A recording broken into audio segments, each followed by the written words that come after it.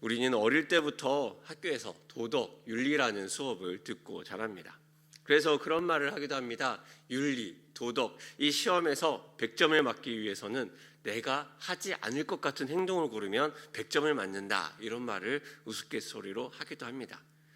일상생활에서 모두가 공유하는 올바른 가치를 지키기 위해서 도덕과 윤리라는 과목을 만듭니다. 그리고 좀 더 인간의 인간다움을 위해서 여러 가지 철학과 학문으로서 윤리를 배우기도 합니다. 하지만 우리가 배운 철학과 윤리가 우리 일상생활에 적용할 때 우리의 일상생활에서는 조금 달라지는 것을 보기도 합니다. 누군가는 이렇게 얘기합니다. 한국은 정말 안전하고 도덕의식이 뛰어난 나라라고 말합니다. 실제로 그런 것 같습니다. 카페에 차를 마시다가 보던 노트북을 잠깐 두고 화장실에 다녀오기도 합니다.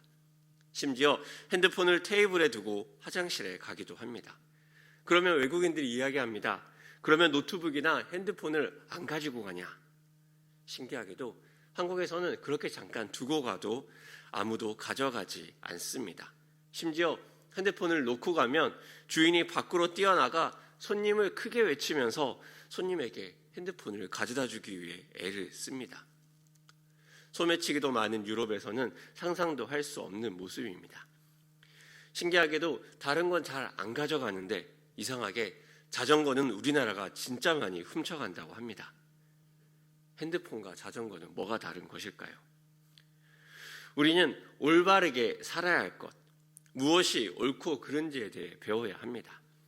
그것을 배우지 못하면 기준을 잃어버리고 자기 나름의 주관적 해석과 기준으로 다른 사람에게 해를 가할 수 있습니다. 그렇다면 하나님 말씀은 어떨까요? 진리이신 하나님 말씀은 그것 자체로도 유효합니다. 하나님의 그 말씀을 가지고 우리는 그것을 바꾸거나 다르게 사용해서는 안 됩니다. 그렇다면 그 하나님의 말씀이 우리의 일상생활에서 적용되고 우리의 삶에서 경험될 때 어떻게 해야 할까요? 오늘 우리는 다윗의 시편을 보게 됩니다. 이 다윗의 시편에는 제목과 표제어가 있습니다. 그것이 무엇입니까? 다윗의 마스길 영장으로 한 노래, 에돔인 도액이 사울에게 이르러 다윗이 아히멜렉의 집에 왔더라 말하던 때에. 표제에서 우리는 짐작할 수 있는 상황이 있습니다. 특정한 상황에서 다윗이 쓴 시편이 오늘의 시구나 우리는 알 수 있습니다. 그리고 어떻게 보면 표제어에서 느껴지는 묘한 뉘앙스도 우리는 느끼게 됩니다. 여러분은 이 표제어에서 어떤 뉘앙스를 느낍니까? 뭔가 조용히 멀리서 엿보고 지켜보는 느낌 들지 않습니까?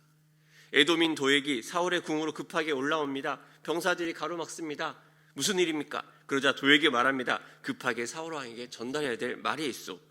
다윗에 대한 일이요. 그렇게 급하게 이야기하고 사울 왕에게 나아갑니다. 그리고 사울 앞에서 입을 뗍니다.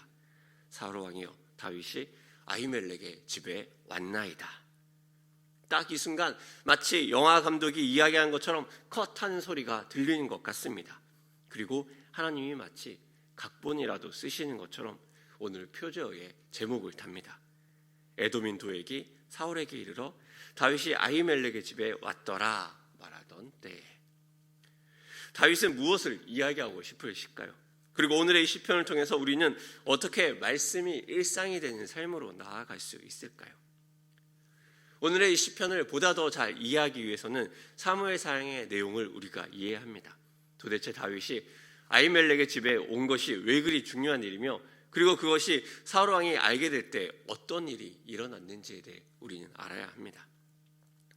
우리는 요나단과 다윗의 우정의 맹세를 알고 있습니다. 사울 왕에게 위협을 느낀 다윗이 도망가려 하다 요나단이 말립니다.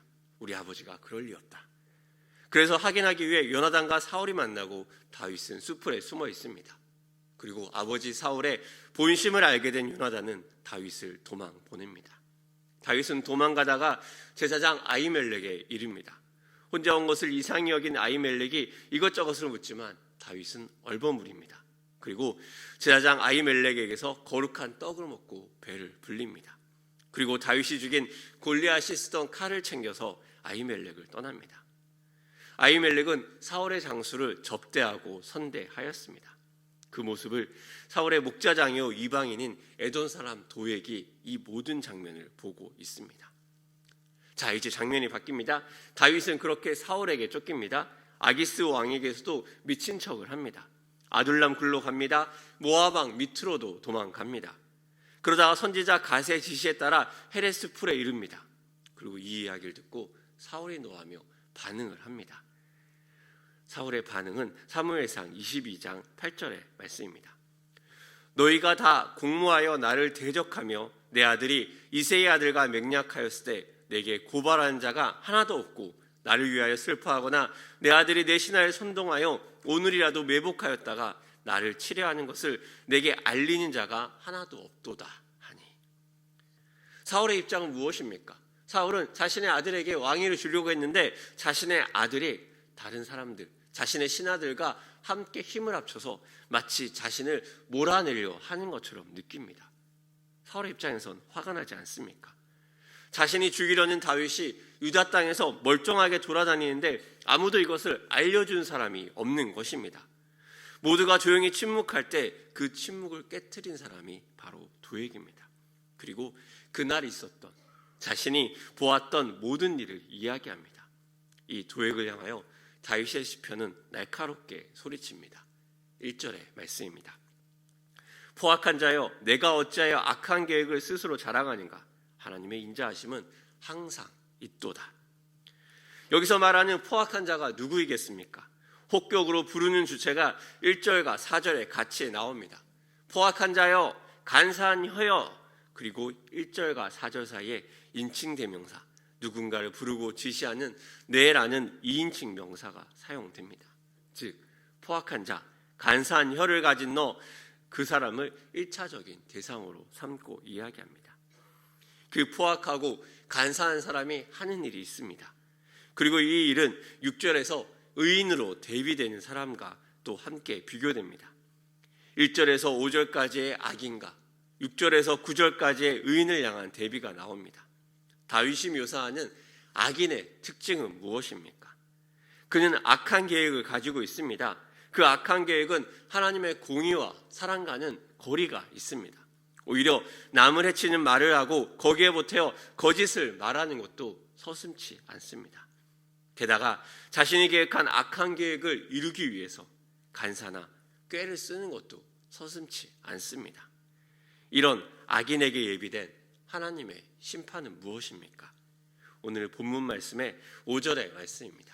우리 함께 오늘 본문의 5절 말씀 함께 읽도록 하겠습니다. 시작. 그런즉 하나님이 영원히 너를 멸하시며 너를 붙잡아 내 장막에서 뽑아내며 살아있는 땅에서 내 뿌리를 빼시리로다. 네. 악인의 결과는 무엇이라고 말합니까? 멸망입니다. 뿌리를 뽑아 버립니다. 누가 악인을 멸망하십니까? 하나님이 나와 악인을 뿌리채 뽑아 버립니다. 하나님의 정의에 기초하지 못하고 뿌리 내리지 못한 자를 살아있는 땅에서 아예 뿌리채 뽑아 버립니다. 하나님이 마치 풀을 뽑듯이 손으로 딱 잡아서 뽑아서 버리는 것이 느껴지지 않습니까? 잡초를 뽑아 버리듯이 죽은 자의 땅으로 던져 버립니다. 자신을 자랑하고 자신의 꾀와 간사에 따라 행하던 그 사람을 향한 하나님의 멸망에 대한 경고입니다. 악인을 향한 하나님의 심판, 도액을 위시한 악인의 길을 걷는 사람들의 멸망입니다. 이 표현은 마치 시편 1편을 연상케 합니다. 시편 1편의 악인과 의인의 길로 구별하여 말하였던 것과 비슷해 보입니다. 악인들의 길이 바람에 나는 겨와 같았던 것처럼 그들도 죄악으로 멸망 가운데로 흘러갑니다. 이에 반해 의인은 어떻습니까? 시편 1편은 한 단어로 설명했었습니다. 시냇가에 심은 나무. 다윗은 유사하게 이를 8절에 이렇게 표현하고 있습니다. 하나님의 집에 있는 푸른 감람나무. 그리고 악인은 자기 힘, 자기 재물, 자기 악을 따라 살지만 의인은 1인칭으로 표현된 자신은 재물도 힘도 아닌 하나님의 인자하심을 영원히 의지한다고 고백하고 선포하고 있습니다. 악인이 이 하나님의 인자하심을 잊고 자신의 계획, 자신의 생각, 자신의 힘과 권력을 따라 의지하며 살아갈 때 그럼에도 하나님의 인자하심은 계속 있으며 그 인자하심을 따라 이 하나님의 사람, 의인은 그 인자하심을 따라 버티며 견디어 나아갑니다. 그래서 하나님의 인자하심은 8절에 그럼에도 의지할 하나님의 인자가 있다고 선포합니다. 그리고 의인인 자신의 삶은 9절에 이렇게 선포하고 있습니다. 주께서 이를 행하셨으므로 내가 영원히 주께 감사하고 주의 이름이 선하심으로 주의 성도 앞에서 내가 주의 이름을 사모하리이다. 여기까지 이 말씀을 보면서 우리는 무엇을 알고 깨달아야 하겠습니까? 우리는 어느 길로 가야 하겠습니까? 의인의 길입니까? 아니면 악인의 길입니까? 하나님의 인자하심을 의지하는 삶입니까? 아니면 자신의 재물과 자기 힘과 자기 악을 의지하는 삶입니까? 여기까지 우리는 말씀을 듣고 이해할 수 있습니다. 그런데 이렇게 말씀을 듣고 이해하게 될 경우 이 말씀은 때로 도덕적 교훈처럼 느껴질 수 있습니다. 도덕적 교훈을 따라 하나님을 의지하며 살아야겠구나, 내가 주님을 더 바라보고 살아야겠구나, 이렇게 이야기하고 지나갈 때 현실의 결론은 이 마치 도덕적인 률과 다르게 느껴질 수도 있기 때문입니다. 의인은 푸른 감람나무구나 이렇게 생각하고 말씀을 읽습니다. 그렇다면 이 실제로 있었던 이 도액으로 인한 이 사건의 결말은 어떻게 되었을까요?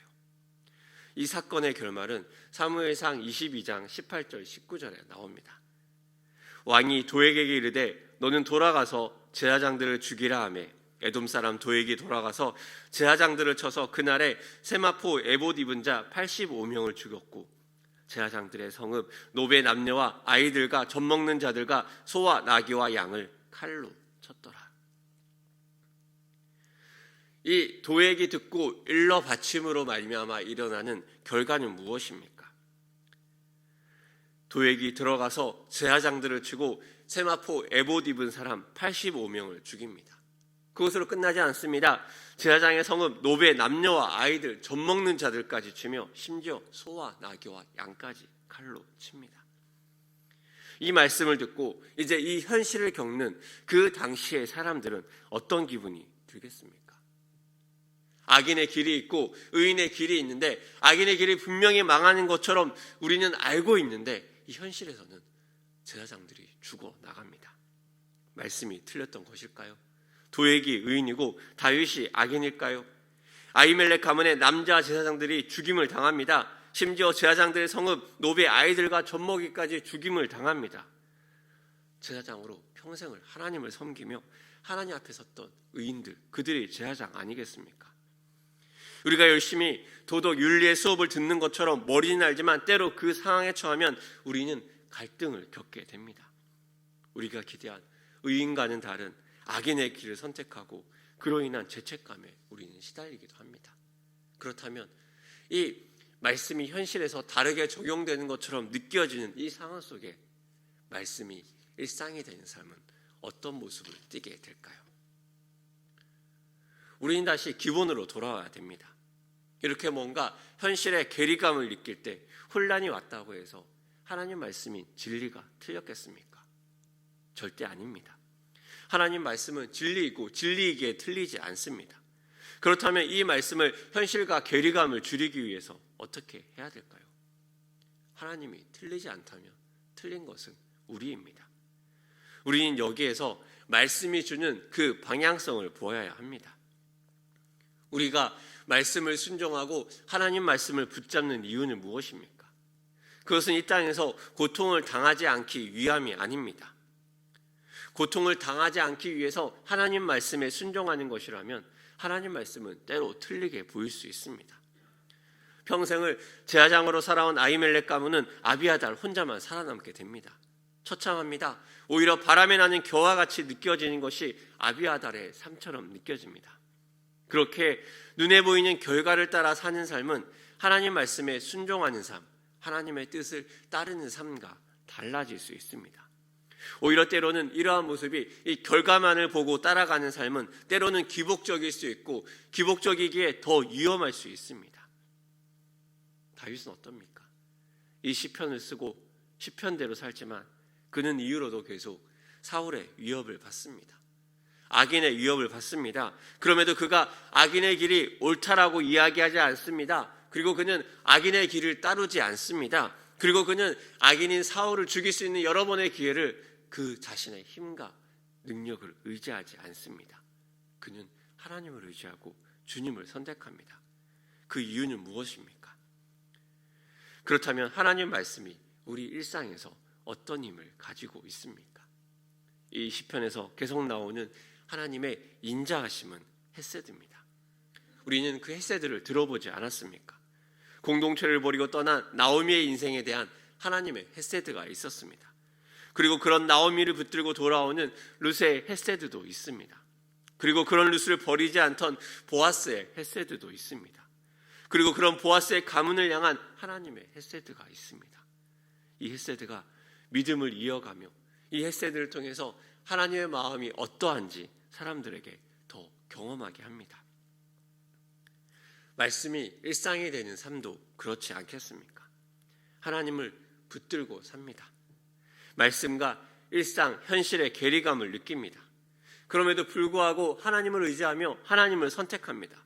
이로 인한 고통과 아픔을 때로 경험할 때도 있습니다. 주님 앞에 부르짖습니다. 다윗처럼 이 도액을 살펴보고 이 도액을 노려보는 하나님의 눈을 함께 발견해야 합니다. 우리의 마음 같아서는 이 도액이 나중에 잡혀서 비참한 최후를 당하고 아비아달에게 사과를 구하며 하나님의 오름을 기도해야 될 것 같습니다. 그렇지만 안타깝게도 이 도액의 최후는 나오지 않습니다. 그럼에도 우리는 확신할 수 있어야 합니다. 그럼에도 하나님의 선하심과 인자하심으로 다윗과 그들의 삶에 일하셨을 것이라는 걸 말입니다. 도액은 악인으로 살았습니다. 그렇게 그는 자신의 이름과 뜻이 잘 어울립니다. 도액, 염려함. 그렇지만 하나님의 사람은 이를 뛰어넘고 악인의 작은 태클에 무너지지 않고 그럼에도 불구하고 현실을 살고 현실에서 하나님의 헤세드를 찾아냅니다. 그리고 하나님의 인자하심이 항상 있노라 고백하며 하나님의 이름을 사모하며 살아갑니다. 이것이 바로 그리스도인의 삶 아니겠습니까? 이것이 바로 말씀이 일상이 되는 삶 아니겠습니까? 현실에 일어나는 여러 가지 일들 속에 마음이 흔들리지 않고 하나님을 찾으며 하나님의 헤세드를 구하는 삶 말입니다. 하나님의 진리를 붙들고 눈앞에 보이는 현실을 넘어 아니 현실을 깨트는 시퍼런 진리로 살아있는 하나님의 진리를 발견하는 것입니다. 사랑하는 여러분, 우리의 삶은 어떻습니까? 진리를 따르는 삶, 하나님을 따르는 삶을 그저 지금 눈앞에 좋고 나쁨으로 치부하며 살고 있지는 않습니까? 하나님을 따르면 다 잘 될 거야 라는 막연한 기복적인 생각을 갖고 있다가 삶이 어려우면 하나님에 대해 실망하고 하나님을 떠나가려 하지 않습니까? 우리의 믿음은 그 눈앞에 보이는 결과가 아니라 현실 속에 숨어있는 하나님의 헤세드를 찾으며 그 하나님을 붙잡으며 하나님의 인자와 성실하심을 믿는 그 믿음 아니겠습니까? 그리하여 하나님 앞에 괴로운 현실을 때로는 토로하고 하나님 앞에 때로는 소망으로 그 괴로움을 뛰어넘고 또 하나님 앞에 때로는 감사로 그럼에도 불구하고 주님을 찬양하며 하나님의 인자하심을 노래하는 것이 말씀으로 일상을 살아가는 우리의 모습 아니겠습니까? 그러기 위해 우리는 이 말씀을 붙들고 그럼에도 우리는 이 말씀에 순종하며 사는 이 하루가 필요한 것입니다. 사랑하는 일산충신 여러분, 현실이 때로 힘들고 하나님이 보이지 않는다 할지라도 우리의 믿음의 눈을 들면 하나님의 인자하심을 볼 수 있습니다. 사랑하는 여러분, 우리의 현실 속에 숨어있는 그 하나님의 인자하심을 발견할 때 우리는 다윗처럼 하나님이 살아있고 하나님의 인자하심이 영원하노라 우리는 노래하며 고백할 수 있을 것입니다. 오늘 하루 우리의 일상 속에서 하나님의 인자하심을 발견하고 그 인자하심을 경험하며 인자하심을 노래하는 일산충신의 귀한 성도님 되시기를 축복합니다.